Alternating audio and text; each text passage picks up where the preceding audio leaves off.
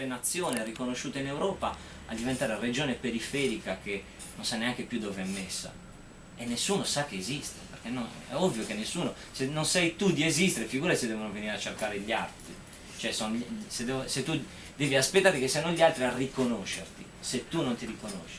Com'è che siamo passati dal definire, vi faccio un altro esempio molto, come possiamo dire, legato alla quotidianità, com'è che il ballo sardo, che nel fine del 1700 in questi anni era definito ballo nazionale, e il ballo che arrivava dall'esterno era su ballo istrangio, su ballo fristeri, com'è che siamo divenuti, come si chiama oggi il ballo sardo? Il ballo sardo ovviamente si chiama ballo sardo, ma i balli, gli altri come si chiamano?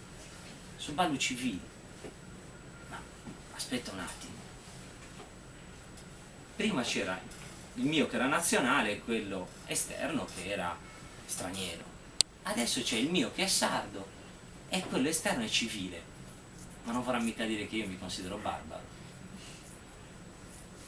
Allora com'è che si passa da una situazione, diciamo così, di autostima di sé, di autoriconoscimento, di presenza nel mondo, di un sentimento di sé, di essere all'altezza delle sfide del mondo, a questa situazione attuale?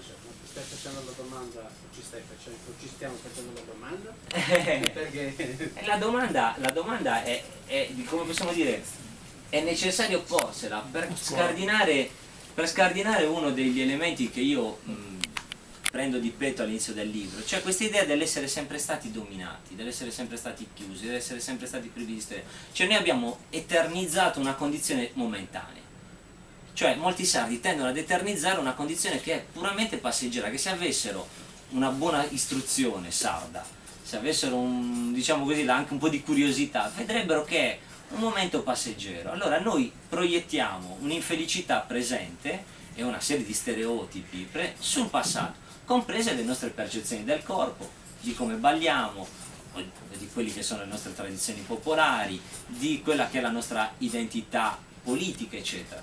Ovviamente io poi provo a dare la risposta. La risposta è una risposta che ha a che fare con la storia politica della Sardegna, con quello che succede dal 1800, diciamo, dall'inizio del 1800 in poi.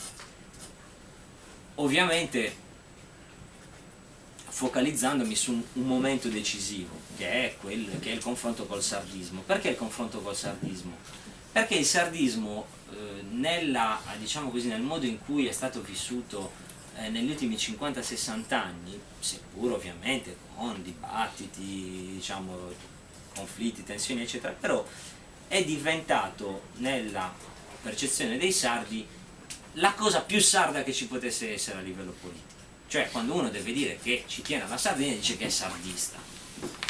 Anche lì io mi sono permesso, e questa è una cosa appunto che ho fatto dai miei lavori, diciamo così, accademici, che poi ovviamente hanno avuto il loro impatto dentro una cerchia più piccola, questo ovviamente è stato scritto anche per dialogare con una parte più ampia di sardi.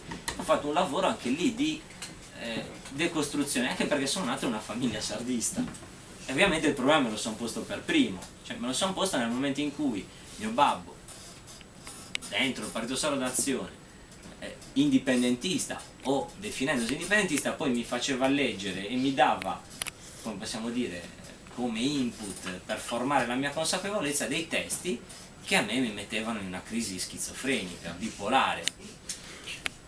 Allora sono andato a riguardare cosa era successo all'inizio del Novecento, diciamo così. Ovviamente la storia che in altre occasioni io racconto più estesamente la prendo più da lontano.